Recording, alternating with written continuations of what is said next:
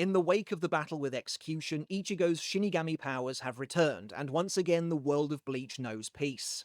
However, the Gotei 13 is alarmed to see a startling uptick in the number of hollows being killed, and strange occurrences begin taking place.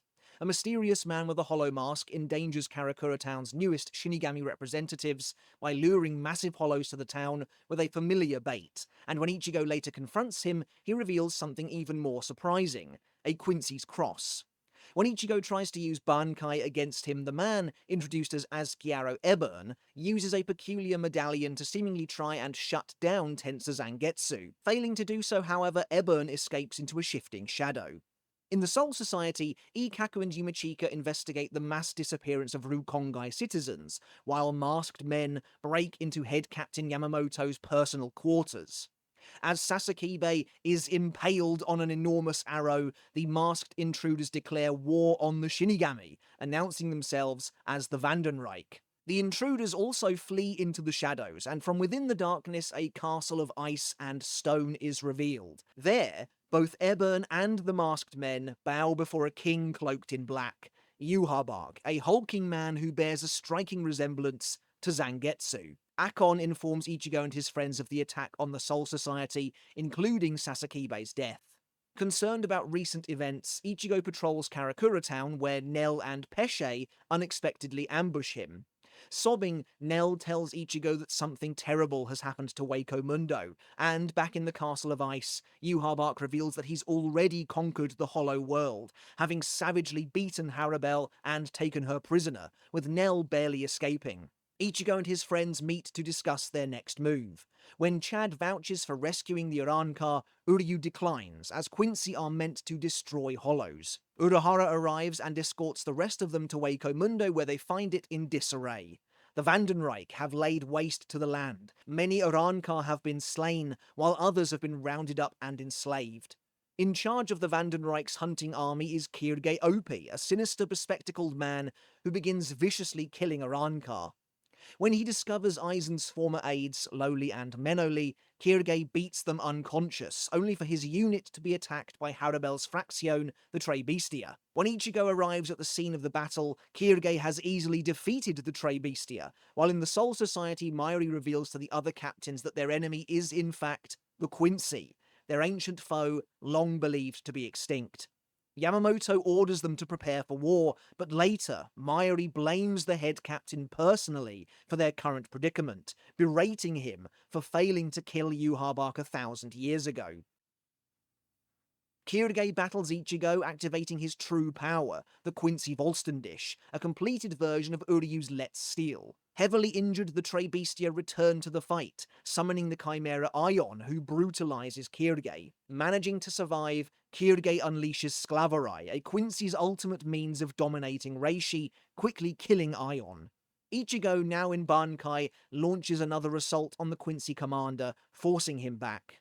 Meanwhile, with Ichigo distracted in Wako Mundo, Yuhabak orders the immediate invasion of the Soul Society, mobilizing his strongest soldiers, the Sternritter. The Serete comes under surprise attack as huge pillars of blue flame erupt around the city.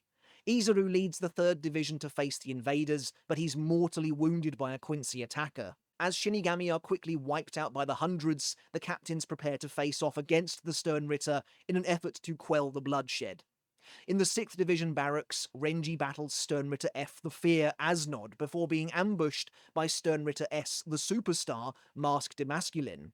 Byakuya rescues his vice-captain, but as the fights rage on, the captains realize they can't win without Bankai. From Sasakibe's dying words, they have some idea that the Sternritter can maybe seal Bankai. And yet, as Byakuya, Hitsugaya, Komamura, and Soifon all activate their Bankai, they are horrified to find they are not sealed, but instead immediately stolen by the Sternritter, using the same strange medallion earlier wielded by Eburn. As the Gotei 13 reacts to this terrifying revelation, Kyoraku engages Sternritter N, Robert Akutrone, but has his eye shot out by the Quincy. With the situation spiraling out of control, Akon decides to contact Ichigo for help, only to find he's already fighting the Quincy in Waco Mundo. There, Ichigo is overpowering Kirige, who for some reason can't steal Tensa Zangetsu. Urahara intervenes, taking Kirige out with a Kido Blast before sending Ichigo to the Soul Society through a Garganta. En route, Akon relays the current situation to Ichigo, but to their horror, Kirige returns, firing an arrow at Ichigo that seals him inside an inescapable Reishi prison. With Ichigo now trapped in the Garganta, Kirige reveals himself to be Sternritter J the Jail, before he's then killed by an unknown assailant. Now cut off from his allies, Ichigo desperately tries to break free from the prison, but can only look on as the Soul Society is ravaged. Meanwhile, Byakuya battles Asnod. However, the Sternritter quickly gains the upper hand after infecting Byakuya with fear, causing the captain to go berserk before Asnod eviscerates him with his own stolen bankai. Renji attempts to step in, but is sent flying across the Serete by Masked Emasculine. In the 9th Division, Hisagi is almost killed by Sternritter O the Overkill Driscoll Bursey, the same villain who murdered Sasakibe. However, Yamamoto crashes onto the battlefield, and as Driscoll blasts him with the bankai he stole from Sasakibe, Yamamoto recalls his time with his faithful friend before incinerating the Sternritter with a single stroke of Ryujin Jaka. With Yamamoto's palpable rage being felt throughout the Serete, the Shinigami receive a much-needed morale boost. Kenpachi confronts Yhwach and the Grand Master of the Sternritter, Ugram Hashwolf, carrying the corpses of 3 Sternritter on his back. Sternritter Q the Question, Berenice Gabrielli, Sternritter R the Raw, Jerome Guizbat, and Sternritter Y the Yourself, Lloyd, who had taken the form of Kenpachi himself. Although Kenpachi launches an attack on Yhwach, he is swiftly defeated and beaten into a coma. As Yhwach prepares to finish Kenpachi off, Yamamoto descends from the sky, wreathed in flame. 3 Sternritter attempt to jump Yamamoto, but the head captain wipes them all out with a single blast of fire. Yamamoto battles Yhwach himself, the 2 titans engaged in a ferocious duel. Activating his bankai, Yamamoto goes on the offensive, dispatching with everything that Yhwach throws at him. Eventually going so far as to conjure an army of the undead, Yamamoto defeats Yhwach, practically erasing his body from existence as the rain begins to fall. However, all is not as it seems. Yhwach was in fact Sternritter Y the Yourself Lloyd, twin brother to the Sternritter killed by Kenpachi, mimicking his king's form. The real Yhwach arrives, and revealing he tried to win the imprisoned Aizen over to his side, steals Yamamoto's bankai before effortlessly killing the head captain with a massive sword slash. As Yhwach orders the Sternritter to decimate the Serete, they open the door to the Soldat, the Vandenreich's massive army of foot soldiers, who begin laying waste to the Shinigami. The battle seems lost, but Ichigo suddenly bursts out of the Garganta. With the help of Akon and the 12th Division, Ichigo was able to break free. As a dying Byakuya pleads with Ichigo to save the Soul Society, he confronts Yhwach amidst the ruin of the Serete. Ichigo battles Yhwach briefly, who discovers that Ichigo can use Blue Vein, the defensive ability of the Quincy. Yhwach realizes that being trapped in Kirige's jail awakened Ichigo's latent Quincy power, which is how he was able to escape. As the Vandenreich begin to retreat, Ichigo takes one last shot at Yhwach, but Hashwolf instantly cuts his bankai in 2. As Yhwach disappears into the shadow, he makes an ominous statement regarding Ichigo's Quincy heritage and his mother's true identity. In the aftermath of the invasion, the injured captains gather to discuss the death of Yamamoto and the current state of both Byakuya and Kenpachi. As fighting breaks out among the despondent captains, Kyoraku arrives to calm the situation, vowing that the Gotei 13 will rise again. Meanwhile, after checking on Rukia and Renji, Ichigo visits Mayuri, who tells him that his broken bankai can never be fixed. Before he can decide what to do next, Ichigo is informed that the mysterious Zero Division are about to arrive. Along with the captains, Ichigo meets the Zero Division outside the walls of the Serete. Their leader, Ichibei Hyosabe, reveals they've been sent by the Soul King to help rebuild the Serete, as well as take Byakuya, Rukia, and Renji to the royal palace in order to be properly healed. As Ichibei notes that they are here to take Ichigo for a different reason, Ichigo decides to travel with them in order to reforge his broken bankai into something brand new. Before Ichigo heads to the palace, Urahara contacts the Gotei 13 via Kon, who was being held prisoner in the 12th Division, and Ichigo is relieved to see his friends are safe, but disturbed to see their would-be savior appears to be a familiar face. None other than the former 6th Espada, Grimjo. Ichigo and the others use Kukaku's cannon to return to the royal palace high above the Serete. As Ichigo leaves, Kukaku reveals that Ganju is busy training with the recently deceased Fullbringers, Ginjo, Tsukishima, and Giriko, while the Shiba siblings allude to a mysterious uncle figure. At the same time, Kyoraku is made the new head captain of the Gotei 13. Speaking with the Central 46, Kyoraku decides to teach Kenpachi the art of the sword and leaves the task to Unohana, revealed to be the secret first Kenpachi and the first captain of the 11th Division from 1,000 years ago. Unohana takes Kenpachi to the deepest prison of Muken, where they fight for 3 days straight. Centuries ago, Unohana and Zaraki fought for the first time, and Zaraki subconsciously limited his strength so as not to kill her and rob himself of his only worthy adversary up to that point. Now, each time Zaraki crosses over into death, some of those limits are released, and so Unohana kills him over and over again. After a savage ritualistic battle bathed in the blood of Unohana's bankai, the 4th Division captain restores Kenpachi to his full strength and he finally kills her, truly inheriting the title of Kenpachi at last. At the same time, Kenpachi is shocked to hear the voice of his Zanpakuto calling out to him from the darkness. Meanwhile, Ichigo arrives in the royal palace where he's immediately taken to his first stop, Kirinji Tenjiro's healing hot springs. There, the other grievously wounded Shinigami are slowly returned to full health in the water. As Ichigo prepares to leave, Renji wakes up, and the two of them head out to their next destination together. Arriving at Kiryu Hikifune's Palace of Food, they gorge themselves on delicacies as Hikifune reveals her ability to displace Reiatsu.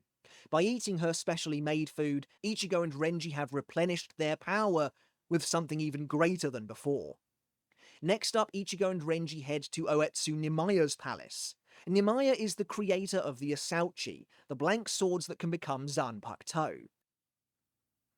There, he forces Ichigo and Renji to battle the angered spirits of the Asauchi themselves, believing neither of them truly understand the relationship between Shinigami and Zanpakuto, giving them 3 days to overcome the challenge. While Renji succeeds, proving himself a true Shinigami, Ichigo fails, thoroughly beaten by the Asauchi. Oetsu callously sends Ichigo back to the human world supposedly for his failure, but in reality, Ichigo needs to return to his roots and discover the truth of his origins in order to move forward with the training. Ichigo finds himself outside his own house. There, his father Isshin tells him everything, the truth of his identity as a Shinigami, the story of how he and Masaki met, and more. Taking us back 20 years, we see that Isshin was once Isshin Shiba, the captain of the 10th Division and the uncle figure mentioned by Kukaku. Unbeknownst to the Gotei 13 at the time, Sosuke Aizen was conducting holoification experiments in secret and had achieved a breakthrough, a powerful jet black holo called White, who could dispense a targeted holoification infection. When word comes that Shinigami on patrol are being massacred in the human world, Isshin heads there to investigate, and comes face to face with White. Meanwhile, Masaki is the last of the Kurosaki family of pure-blood Quincy's. She's currently living in the Ishida household and is arranged to marry their eldest son Ryuken. When Isshin begins battling White, Masaki senses the danger and heads out to help him, ignoring Ryuken's orders to remain hidden. Isshin duels White, but the situation takes a turn for the worst when Aizen arrives and secretly injures the captain, leaving him unable to perform bankai. Masaki arrives and White, realizing she's a Quincy, lunges for her, biting her on the shoulder, but also gives Masaki the opening she needed to kill the hollow experiment. Isshin rescues Masaki from White's resulting self-destruction, and the two begin to forge a bond. While they go their separate ways, Isshin decides to try and see her again.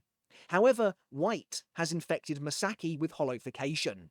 With Masaki's body rapidly breaking down, a desperate Ryuken is found by Isshin. The two of them are then taken in by Urahara, who devises a way to save the girl. As she's currently a hybrid of Quincy and Hollow, her spirit needs to be stabilized by binding it with one that perfectly counters it.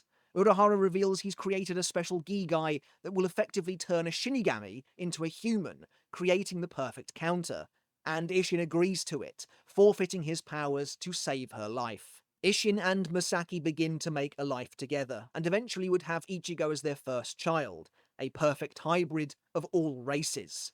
Ishin then reveals the truth of how Masaki died.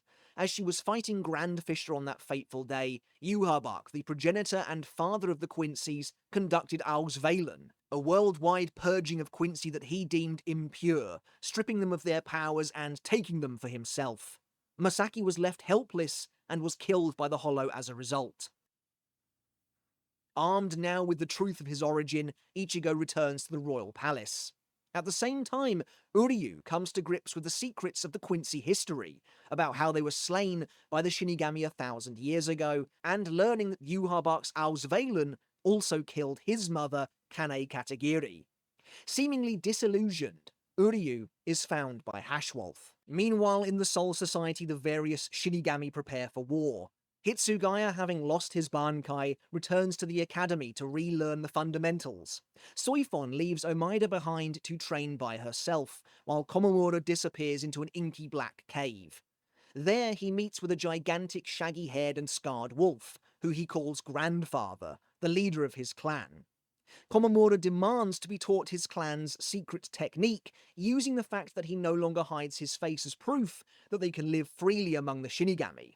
Kensei prepares to try and unlock Hisagi's bankai, calling upon Mashiro to beat it out of the boy, while in the 12th Division Akon spies on Mayuri, who appears to be creating something nefarious in secret. Returning to the royal palace and facing down the Asauchi once again, Ichigo passes the test, choosing an Asauchi to be his, and it's wearing a hollow mask.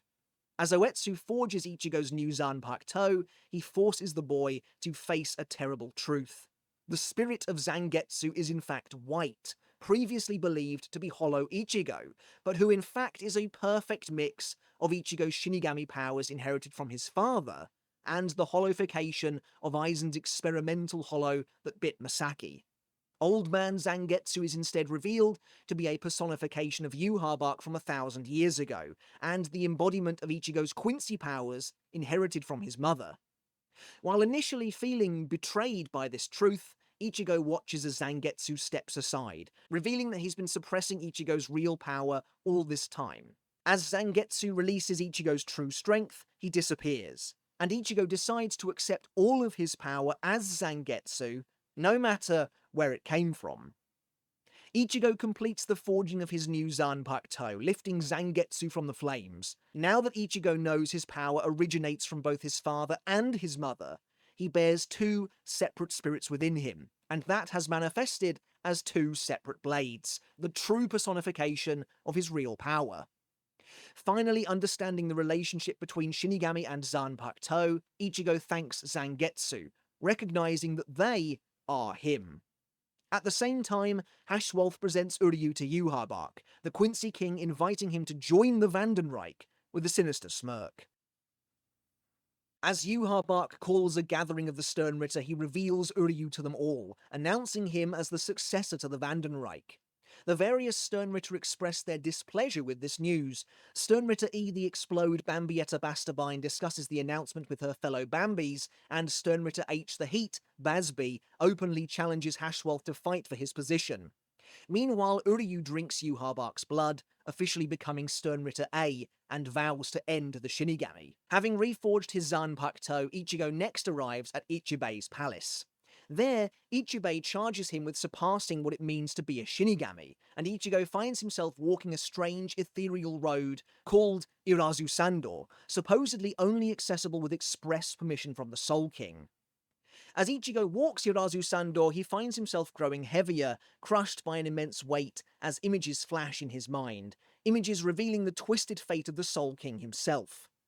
As a godlike power is pumped through his veins, Ichigo survives the Irazu Sandor, eventually finding himself in the final palace, that of Shutara Senjumaru. In the human world, the remaining Vizards still stationed in Karakura Town are instructed by Shinji to find and fix all of the distortions appearing between realms, caused by the mass killing of Hollows at the start of the arc. Kyoraku approaches Ichigo's friends, Tatsuki, Keigo, and Mizuiro, warning them that if Ichigo returns from the royal palace with too great a power, he will never be allowed back to the human world again, but grants them each a soul ticket, enabling them to freely travel to the Soul Society should that ever come to pass. Meanwhile, while Ichigo was being held back in Oetsu's palace, Rukia and Renji have moved on to Ichibe's dojo. There, Rukia learns that Byakuya has finally woken from his coma before the two of them are summoned by the monk for further training. In Wako Mundo, Orihime, Chad, and the Urankar train for the upcoming battle, while Urahara analyzes Kirige's bankai stealing medallion, and two additional figures arrive at the camp to help with the upcoming plan. As everyone across the spectrum of Bleach prepares for the next battle, it comes quicker than anyone could have imagined. Suddenly, out of nowhere, the Serete is engulfed in shadow. The familiar towers and buildings of the Serete are consumed by darkness and replaced by the icy Gothic cathedrals and castles of the Vandenreich. Yhwach's invasion is total and complete. Over in a matter of minutes, the entirety of the Vandenreich replaces the Serete, flooding the Shakon Maku with a blood-red sky. Yhwach announces to Uryu and Hashwolf that he will conquer the world in 9 days, and as the Sternritter advance through the city streets, the second Quincy invasion begins. The Shinigami, confused and terrified, find themselves at the mercy of the Soldat. The Research and Development Institute is completely gone, leaving the Shinigami without any kind of intelligence. Yhwach, Hashwolf, and Sternritter D, the death-dealing Askin Naklavar all begin to explain what's going on, revealing that when the original Quincy Empire was defeated by the Gotei 13 1,000 years ago, the survivors created a pocket dimension from the reishi within the shadows of the Serete and escaped into it, hiding within those shadows for a millennium. Out in the streets, Basby attempts to incinerate a squad of Shinigami, only to be stopped by Hitsugaya and Matsumoto. Omaida, initially lost in the chaos without Soifon, is confronted by Sternritter K, BG9, who tries to kill Omaida's younger sister Moreo for information on the captain's whereabouts. Mayuri emerges from his lab, now dressed head to toe in a gleaming suit of light, having realized the Quincy's were using the shadows to traverse the Serete. Although Mayuri engages Askin, the Sternritter leaves without a fuss. The battles get underway. Hitsugaya and Matsumoto team up to overwhelm Basby, while Soifon rescues Omaida, dismantling BG9's minigun with her completed Shunko. The captains appear to have the upper hand, but Basby melts Hitsugaya's ice and brutalizes the little captain, while BG9 impales Soifon before blasting her with a barrage of missiles. Despite their training, the captains simply don't stand a chance without bankai, and to make matters worse, Sternritter I the Iron, Kangdu, arrives to finish Hitsugaya off with the bankai he stole from him. Meanwhile, Hashwolf confronts Kyoraku and Nanao, with Nanao deploying a Kido barrier to defend against the Quincy. As the captains struggle with their Quincy opponents, Mayuri receives an unlikely call. It's Urahara, who claims to have discovered how to restore the stolen bankai. Urahara arrives in the Serete, and Mayuri begrudgingly allows them to use his hidden light-filled lab as a stronghold. From here, the Gotei 13 begins to rebuild, with Akon issuing orders to get their reconnaissance back online. Urahara reveals the fruits of his research in Wako Mundo, the Shineyaku, small black pills which will briefly holofy the captains, in turn holofying their bankai, and therefore causing the Quincy's bodies to violently reject them, returning them to the captains. As both Kangdu and BG9 lose their stolen bankai, Hitsugaya and Soifon rise again. Soifon scores a direct hit on BG9 with Jakuho Raiko Ben, while Hitsugaya overwhelms Kangdu, freezing him in a giant cross, the two captains ending their fights. Meanwhile, Hisagi meets up with Ikaku and Yumichika on the battlefield, just before they're ambushed by masked masculine. The trio manage to overpower the Sternritter, while elsewhere Bambietta begins leveling the city with her explosive abilities. Komamura returns to the Serete, now wearing an armoured helmet, but leaves Bambietta to Shinji, who confuses her with the power of his Sakanade. From afar, Yhwach manually activates the Quincy Volston dish of many of his Sternritter, unleashing chaos across the battlefield. With her newfound power, Bambietta quickly defeats Shinji, forcing Komamura to return to defend him. Bambietta battles Komamura, destroying his helmet and revealing the shocking truth. Komamura is now a human. Having defeated his grandfather in combat, Komamura learned his clan's secret technique. By ripping out his own heart, Komamura gained an immortal human body and can't be killed.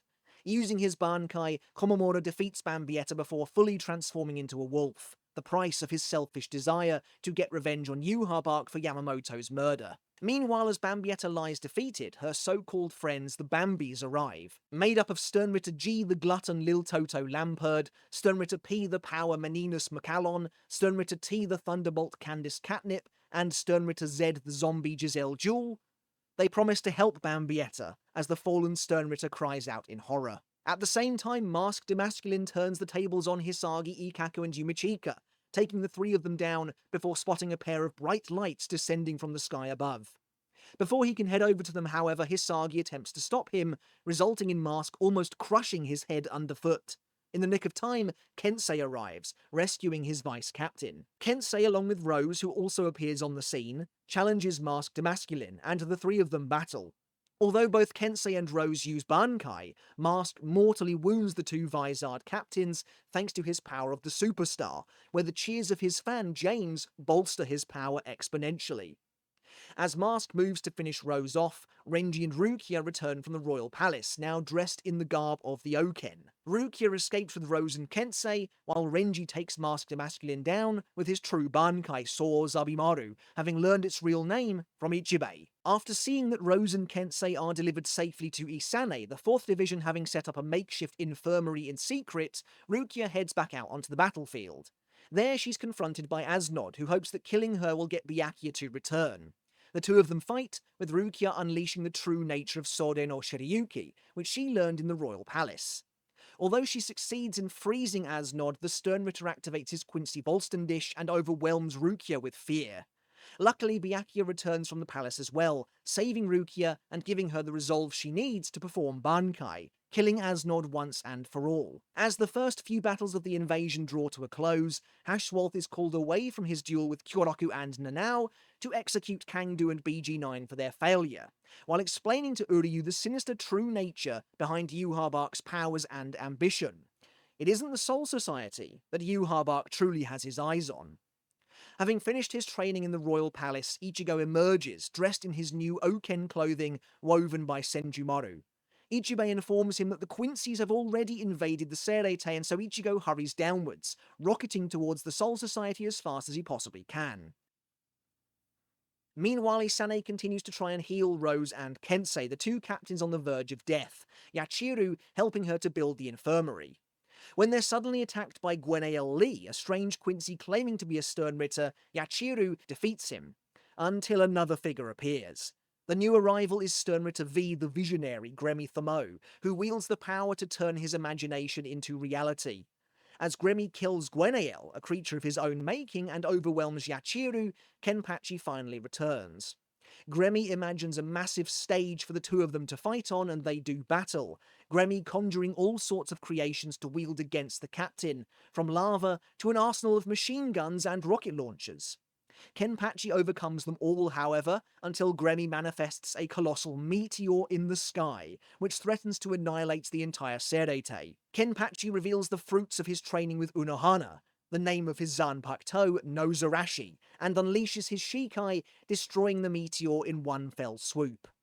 When Gremmy tries to visualize Kenpachi's power in order to grow stronger than him, he accidentally kills himself in the process. With Gremmy defeated, Kenpachi scours the battlefield for Yachiru, and finds only her clothes. He orders his men to search for her, but they suddenly come under attack from above. The Bambis appear and launch a violent ambush on the 11th Division, desperate to kill Kenpachi.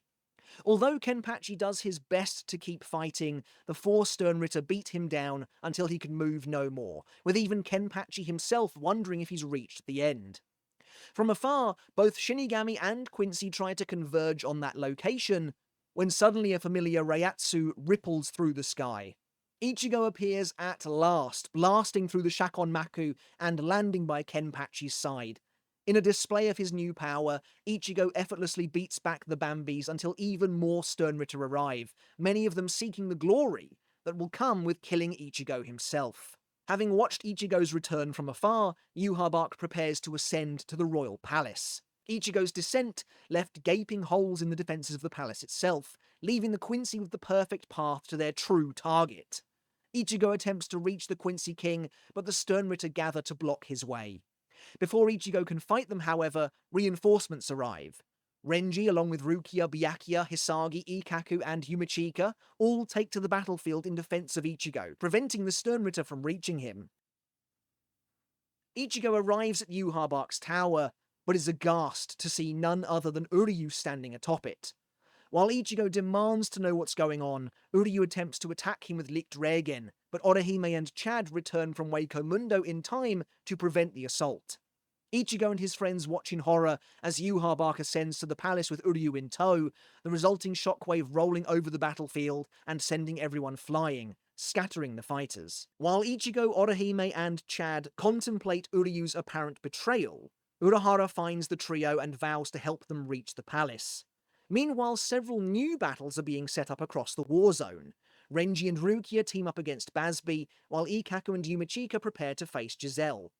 Giselle, having the power to turn people into her zombie slaves, summons the newly zombified Bambietta to defeat the Shinigami.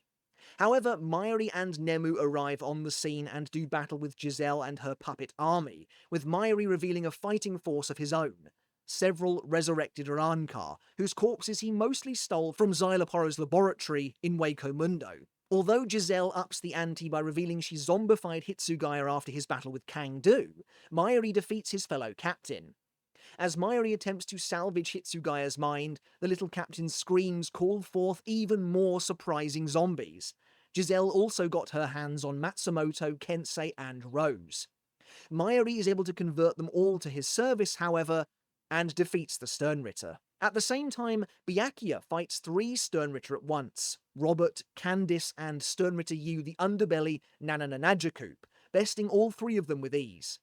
As Lil Toto and Meninas ponder what to do next against such a powerful foe, Hisagi appears and attacks Byakuya. He's under the spell of Sternritter L the Love, Pepe Wakabrada. Pepe, scheming to steal all of the glory for himself, tries to get Meninas to kill Lil Toto before taking on Byakuya.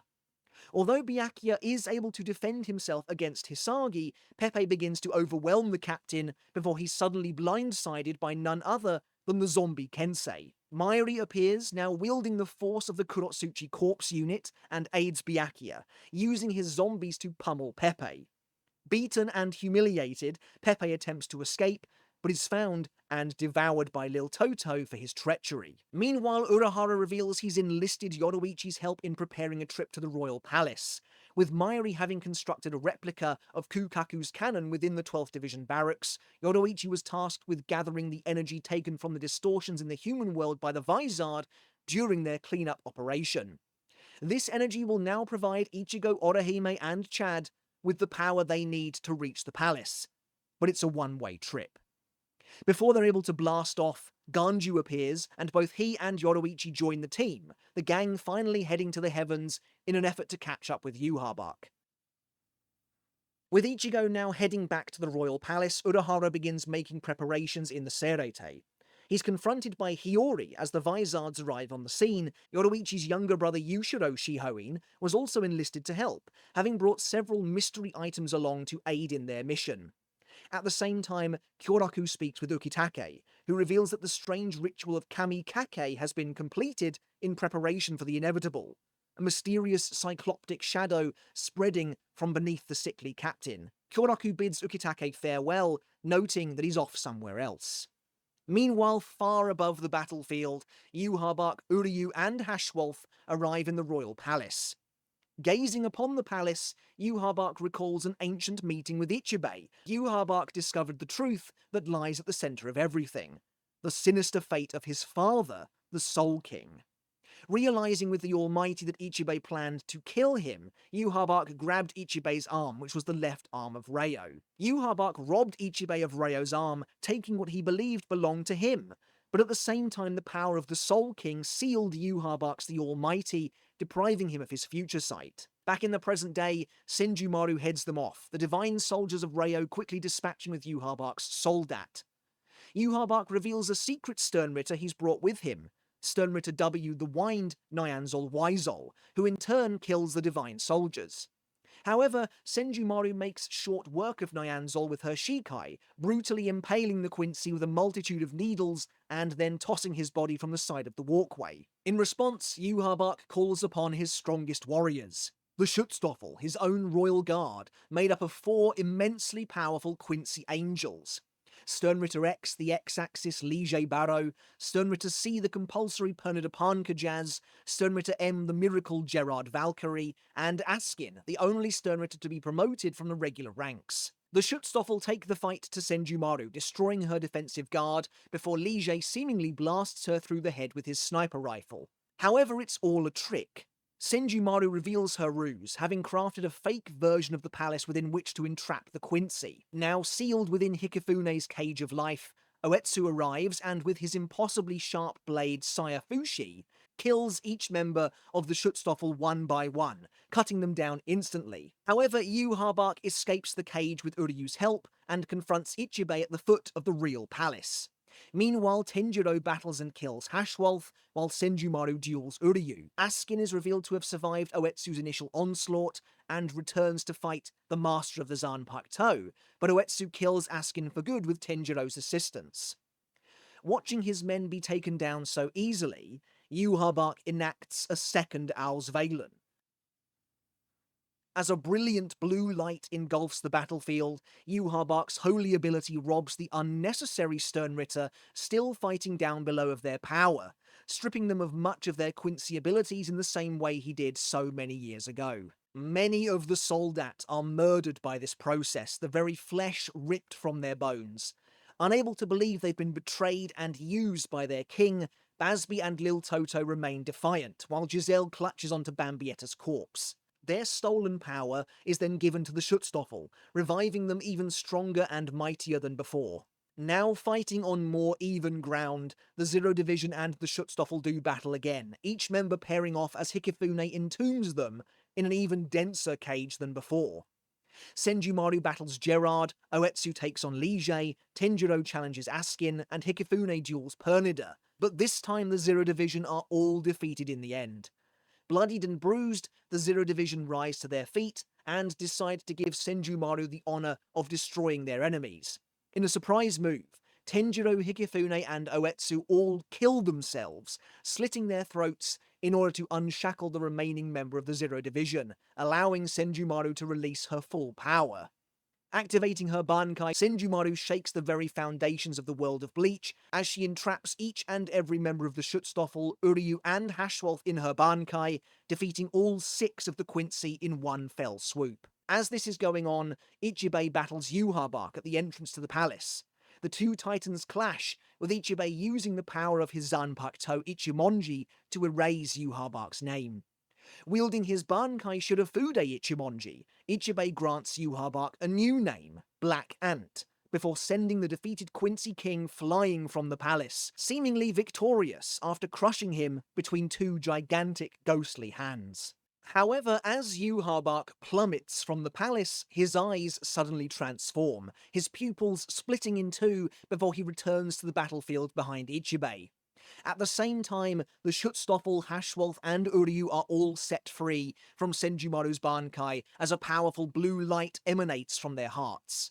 Hashwolf reveals that Yhwach's true power, the Almighty, has finally reawoken after the 9 years of waiting for the sealed Quincy King's strength to return have come to an end. Uryu takes the fight to Senjumaru, but she overpowers him with her bankai once again, trapping him in her fabrics.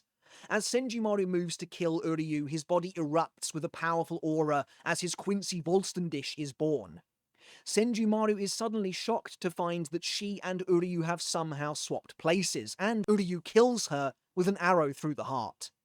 Meanwhile, Ichibei is horrified to see the effects of his Zanpakuto washing away, and tries to fight Yhwach, only to find he can no longer even land a hit on the Quincy King. Yhwach reveals the extent of his true power, Thanks to his new godly eyes, he sees and knows all that is about to happen, and anything reflected in his eyes can't be used to harm him. As Ichibei tries to wield his ultimate technique, Futen Taisatsuryo, Yhwach simply kills the leader of the Zero Division by blowing his body to pieces.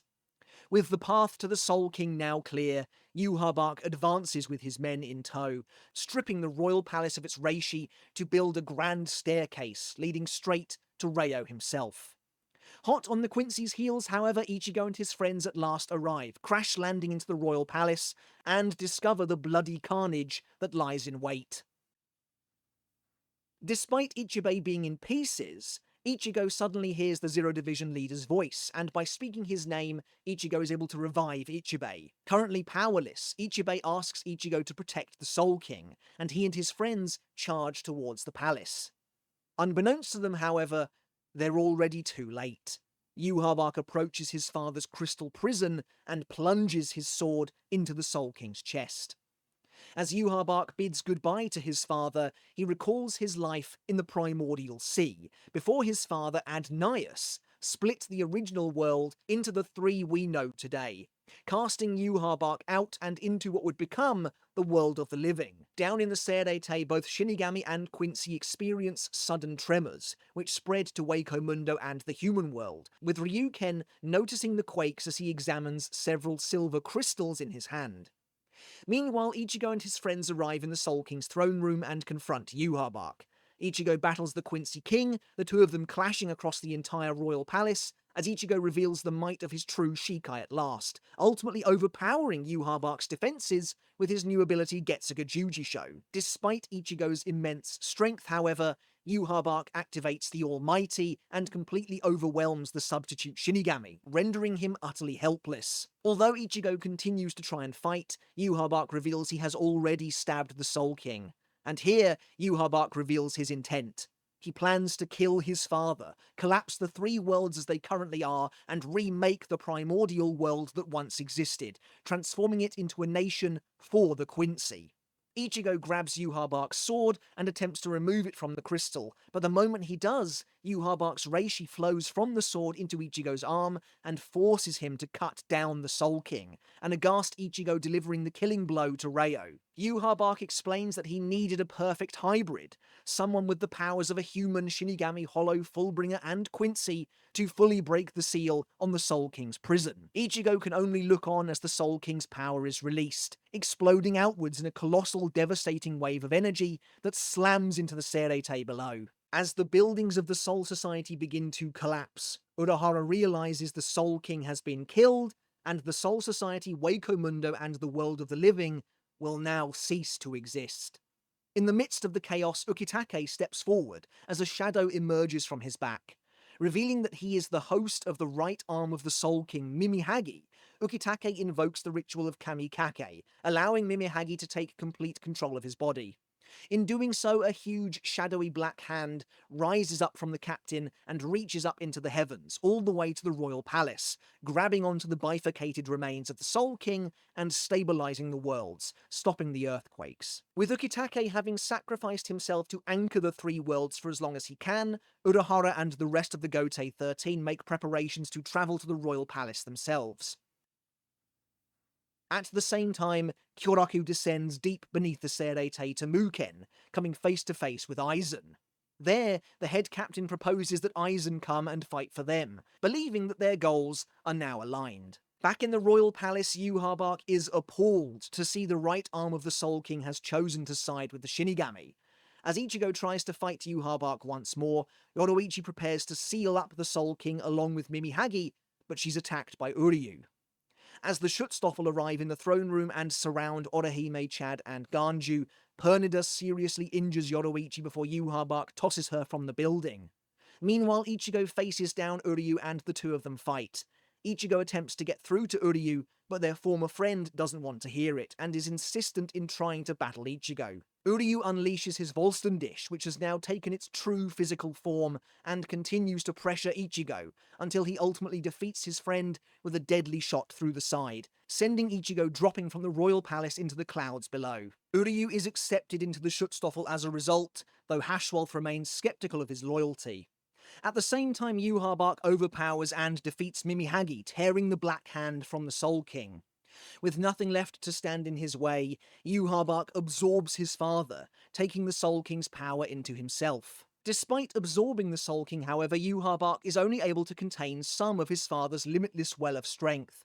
The rest of the Soul King's Reiatsu surges downwards towards the Serete, taking the form of a sludge-like mass of strange black creatures, all of whom attack the Shinigami in a tidal wave of force. Despite multiple captain-level Shinigami moving to block the Soul King's power, the Serete looks to be completely consumed, when suddenly a ripple of vast Reiatsu tears through the darkness as Aizen is revealed. As the Gotei 13 revolts over Aizen's apparent release, Kyoraku arrives and confesses that he freed Aizen, as he believes they will need the villain's power to survive. As more of the Soul King's energy rains down upon the Shinigami, Aizen annihilates it with Hado 90 Kurohitsugi, while the Shinigami curse Kyoraku for his decision. Despite their anger, however, Aizen succeeds in obliterating the deadly surplus of power, rescuing his former comrades. However, several surviving Sternritter suddenly arrive, surrounding the Shinigami with a zombie army. Nanana paralyzes Aizen with his shrift, only to be shot through the back by Bazby. When Kyoraku wonders what's going on, Bazby, Lil Toto, and Giselle reveal their intention to help the Shinigami reach the royal palace, as they plan to travel with them in order to take revenge on Yhwach for abandoning them and leaving them to die. From here, Urahara reveals his plan. He's going to collect the Reryoku of everyone present and use it to construct an enormous gate to the royal palace. Shinigami officers from all across the battlefield are called together, including several familiar faces from the past. A freshly healed Kenpachi tries to disobey orders to search for the still missing Yachiru, but Nanao manages to get him to see sense, and he joins the effort to build the gate. As Kyoraku delivers a speech to the entire Gotei 13 and their collected allies, impressing upon them the severity of the situation and the importance of their victory, the Vizard who remained in Karakura town arrive and deliver a substance which Kisuke reveals to be the energy collected from the distortions in reality. The same energy Kisuke had Yoruichi gathering earlier, the same energy that will allow them to travel the great distance to the palace above. Urahara conjures orbs which everyone then pours their Reryoku into, and the gate is formed in front of them. Meanwhile, high in the sky above, Ichigo awakens, having been fully healed by Orihime. The gang reunites with Yoruichi as they strategize their return to the palace. She then reveals that the route to the palace has already been devised, as a Garganta appears behind her, and Grimjo emerges. Ichigo is horrified to see his old enemy, but their reunion is short-lived. A fully grown Nell also arrives, and she's quickly followed by the surprise return of Riruka and Yukio, all of whom have been coordinating a secret contingency plan with Urahara in the background. Ichigo and his friends climb into a box made up of a combination of Riruka and Yukio's unique Fullbring abilities, as Yoruichi explains everything that's happened. Yoruichi reveals that they used Riruka's ability Dollhouse to move a Valley of Screams, a pocket of stable ray she found within the tumult of the Garganta, into this black box, which was then reconfigured into an elevator dimension space by Yukio's Invaders Must Die. Down below, the Gotei 13 continues to build the gate. However, their progress is suddenly halted as the world begins to shake once again, and they realize that all around them, the Quincy landscape that once covered the Serete is suddenly being dragged into the sky above by the Soul King's power. Realizing they are running out of time, Mayuri reveals his Reiatsu amplifying device, which gives the Gotei the last push they need to finalize the gate. At the same time, Yhwach, now covered in a thick black liquid that constantly oozes and spreads from his body, the remnants of the Soul King's surplus power, reveals his new form. His face is draped in a shadowy veil, itself peppered with enormous grotesque eyes. With his newfound power, Yhwach decimates the royal palace before using the might of the Soul King to reshape it, lifting the Vandenreich buildings from the Serete and melding them with the former palace, transforming the landscape into something almost totally new. A colossal, city-wide fortress, a huge ice-encrusted Quincy cross that now hangs against a pitch-black sky, known as Varvelt, the cornerstone for Yhwach's new, true world and the upcoming Quincy nation. With the Gotei 13's gate finally created, and Ichigo and his friends arriving at the royal palace, both sides open their doors to find a completely unknown landscape spread out before them. As Yhwach prepares for battle by constructing a towering, imposing new version of his previous palace Silburn, which now looms tall at the heart of Varvelt, the various parties prepare to enter the battlefield. Leaving the Fullbringers behind to keep their escape route open, Ichigo and his friends move out, heading into the new territory. Meanwhile, the Gotei 13 also charge into battle, with the Sternritter opting to head straight for the top of Silburn to confront Yhwach and Hashwolf directly. Yhwach commands his Schutzstaffel into battle, and the Quincy's move out to head off the invaders. Ichigo's group runs almost immediately into Askin, who is jumped by Grimjo. Grimjo chases Askin through the streets of Varvelt, but the Sternritter quickly turns the tables on the Espada, poisoning him with a gift ball until Ichigo arrives to help out his former enemy. At the same time, the main Gotei 13 group is being hunted by Lige, who shoots at them with his sniper rifle, taking out several of the vice-captain level Shinigami as they try to disperse. Renji is confronted by Uryu, who appears to have fully defected to the enemy side. The two of them engage in a furious duel, with Renji revealing the true extent of Sor Zabimaru's power. Despite this, Uryu's Volston dish proves to be more than a match for his one-time ally, and the Quincy delivers another devastating blow, blasting Renji through the chest under the watchful eyes of both Hashwolf and Lige. At the same time, on the other side of Varvelt, a second gate from the Serete opens up in secret. Mairi emerges, having gleefully split from the others in an effort to conduct his own research. To his dismay, however, Kenpachi and his men appear behind the scientist captain, having been left behind accidentally by the rest of the Gotei. Together, they discover Pernida waiting for them and engage the Sternritter in a fight. Kenpachi rushes in to challenge Pernida, only to be instantly incapacitated by the hooded Quincy's unusual power. Mairi rescues Kenpachi from near death before stepping in to challenge Pernida itself. In a shocking reveal, Pernida's hood is destroyed, exposing it as the left arm of the Soul King. Pernida grows gigantic and begins fighting the captain. Mairi and Pernida engage in a brutal battle, with Mairi even releasing his newly modified bankai, which devours the Sternritter.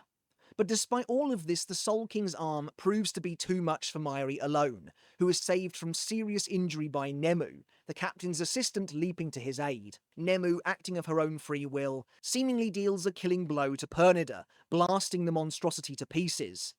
But the Soul King's arm can't be killed so easily. Instead, the shattered chunks of Pernida's body reform and kill Nemu, ripping the vice-captain to shreds. Mairi steals back Nemu's brain, thus robbing Pernida of the mechanism designed to halt Nemu's cell's continuous growth. Pernida self-destructs, the enormous arm collapsing to the ground as little more than a bloodied stump. Although Mairi is severely wounded, he is rescued by Ikaku and Yumichika, who thank him for saving Kenpachi's life. Mairi reveals that he has also revived and de-zombified Hitsugaya and Matsumoto, having brought them and others to the palace. Placed inside one of his rejuvenation pods alongside Kenpachi, Mairi falls unconscious. At the same time, Kyoraku decides they need to do something about the Sternritter hunting them, or else they'll never make it to the fortress.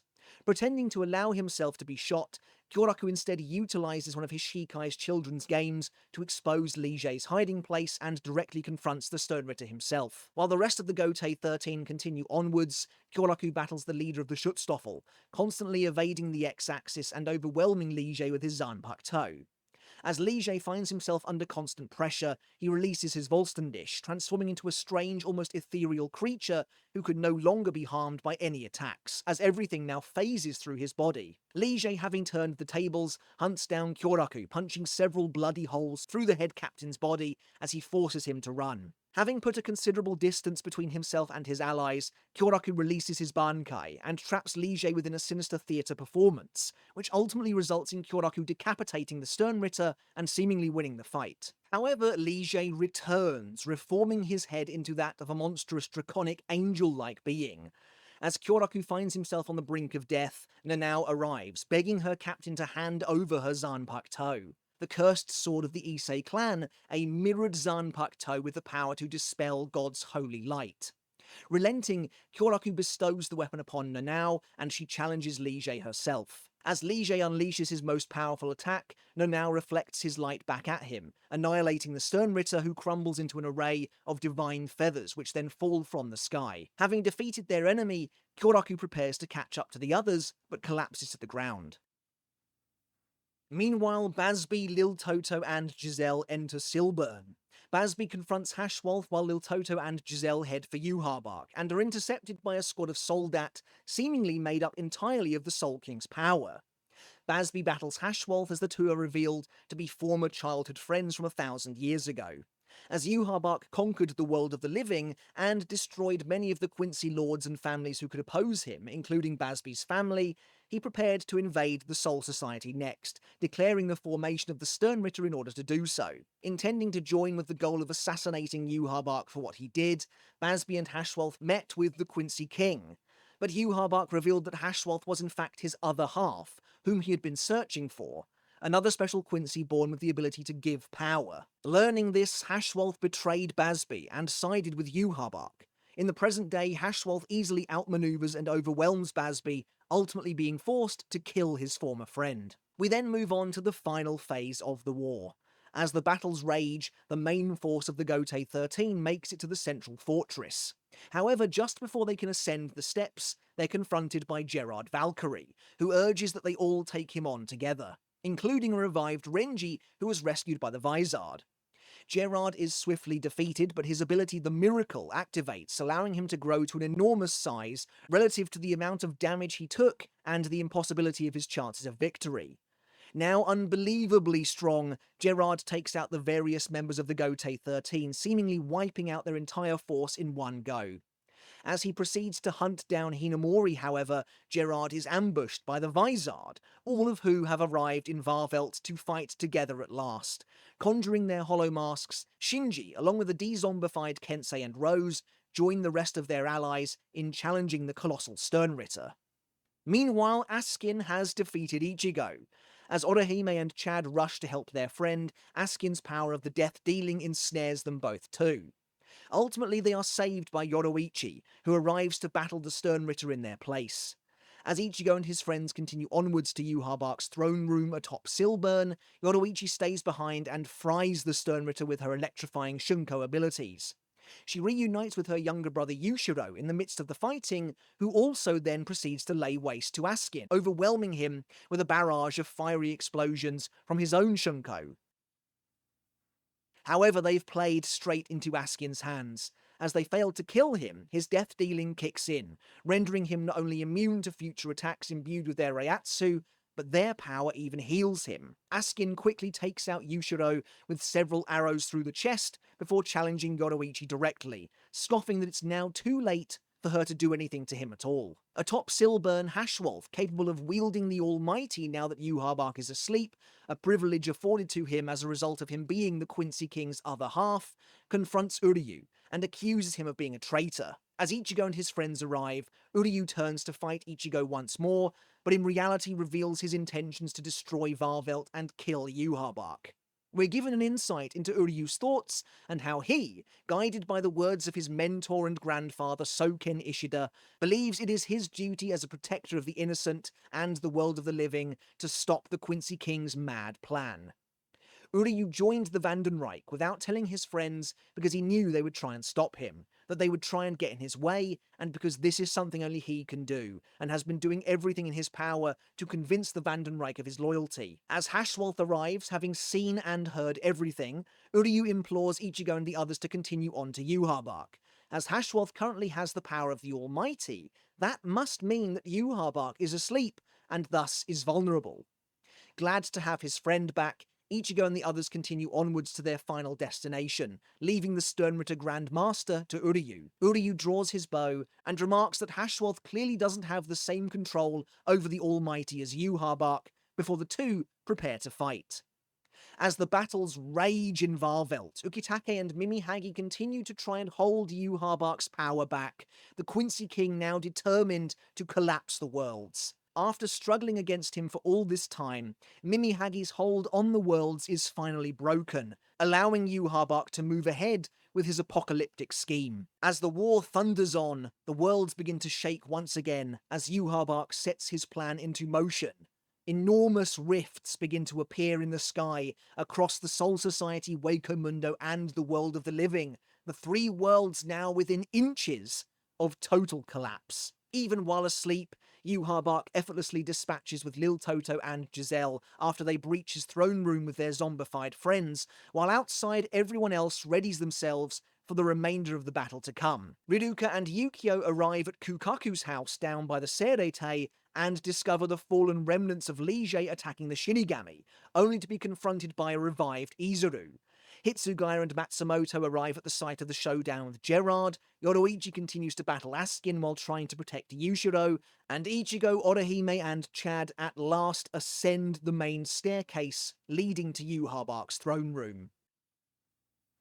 Finally, somewhere within Varvelt, two figures arrive in secret. Ishin and Ryuken emerge from a sun gate, with destiny at their backs. The two of them have just come from Katagiri's grave, and Ryuken brings with him the key to shaping the final battle of the entire war.